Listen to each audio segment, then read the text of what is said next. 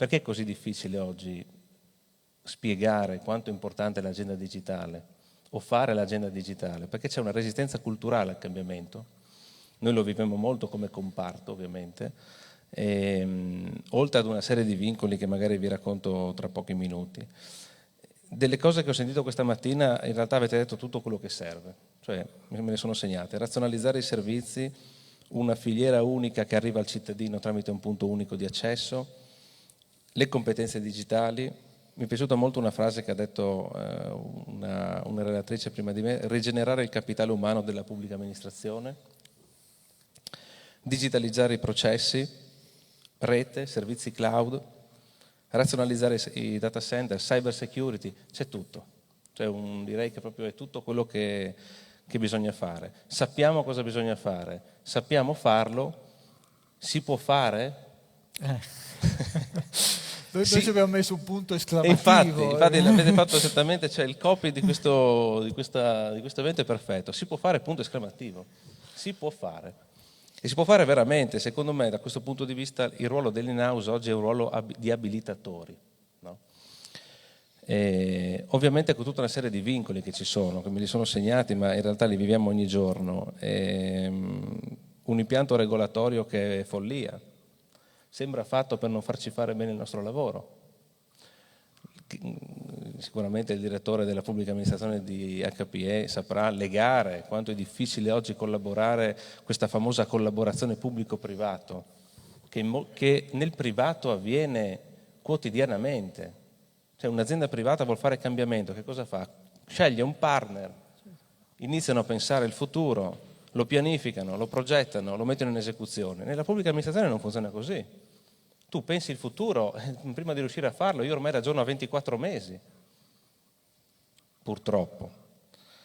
In un contesto che non è il contesto dove produciamo tondini di ferro, che è lo stesso tipo di procedimento di 50 anni fa, è un contesto dove oggi immaginiamo e sogniamo di fare data center come fossero smartphone. In un mondo dove gli smartphone ogni 6 mesi ce n'è uno nuovo, più potente, ogni 18 mesi raddoppia la potenza di calcolo. Quindi è un mondo velocissimo e la pubblica amministrazione deve essere al passo con i tempi, altrimenti diventiamo inutili. E in realtà siamo la cosa più utile, perché facciamo servizio pubblico, l'avete detto bene voi, cioè il cittadino al centro. No? E questo comparto, vi do alcuni dati: noi abbiamo circa 6.000 collaboratori a livello italiano, 17 società, 1 miliardo di giro d'affari. Non possono assumere, non possono formare, che è una follia, perché ovviamente si chiede ad un comparto di fare cambiamento, di accompagnare nella trasformazione digitale, che non è proprio una cosa banale, però con con dei vincoli che se fossimo aziende private non avremmo. Un'azienda privata, quando deve acquisire nuove competenze, o forma personale che ha al suo interno, e non possiamo farlo perché dobbiamo spendere la metà di quello che abbiamo speso nel 2009 per formare le persone, e non puoi assumere.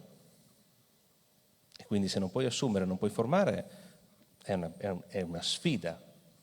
Si può fare? Sì. La risposta è sì. Come? Con le persone giuste. Cioè la differenza la fanno le persone. Ecco perché qui dicevo prima, vedo gente entusiasta che sorride, che sono contenti, che vogliono fare, perché se trovi persone che ci credono veramente, allora il cambiamento è molto più semplice. Riesci a rompere tutti quei meccanismi che rendono il cambiamento nella pubblica amministrazione così difficile, così sfidante. Per quanto riguarda Assinter, nei prossimi mesi, e non dico nei prossimi anni, perché mi do sempre sfide abbastanza difficili, no? Parliamo di mesi. Nei prossimi mesi noi andiamo verso una specializzazione tecnica delle società del comparto, andiamo verso delle collaborazioni interregionali, proprio nella logica di poter riutilizzare infrastrutture, competenze, servizi che hanno già fatto altri, magari meglio di te, in una logica di razionalizzazione, no? Quindi digitale come opportunità. In tutto questo abbiamo un piano triennale di Agid, stiamo riallineando i piani triennali delle società secondo il modello Agid, stiamo collaborando molto con le regioni e con le province autonome, ed è per questo che abbiamo lavorato ad un protocollo di collaborazione tra le Assinter e la Commissione Speciale Agenda Digitale, che ci vede proprio come l'interlocutore tecnico, di supporto. Abbiamo fatto un incontro a Trieste nella mia regione alla fine di marzo di quest'anno, la prima volta che le regioni e le società in house si sedevano allo stesso tavolo, fianco a fianco. Che uno potrebbe dire, sì, è una grandissima rivoluzione in questo mondo fatto di regole, è una grandissima rivoluzione. Quindi io devo dire che intanto sono contentissimo di essere venuto qua, non ero mai stato a Modena e ci tornerò sicuramente. Ho sentito una buona pratica, che spero diventi una buona pratica nazionale, e di tutte le iniziative che ho sentito, a me è piaciuta molto quella dei servizi al cittadino. Io ho un amore mio verso il servizio al cittadino che vedo come unico punto di contatto possibile, no? Io da cittadino vorrei poter interfacciarmi alla PA da un unico punto di contatto, avere tutto molto semplice e quella è la cosa che ho sentito più mia. Quindi grazie ancora e buon lavoro. Grazie. Grazie a lei Presidente.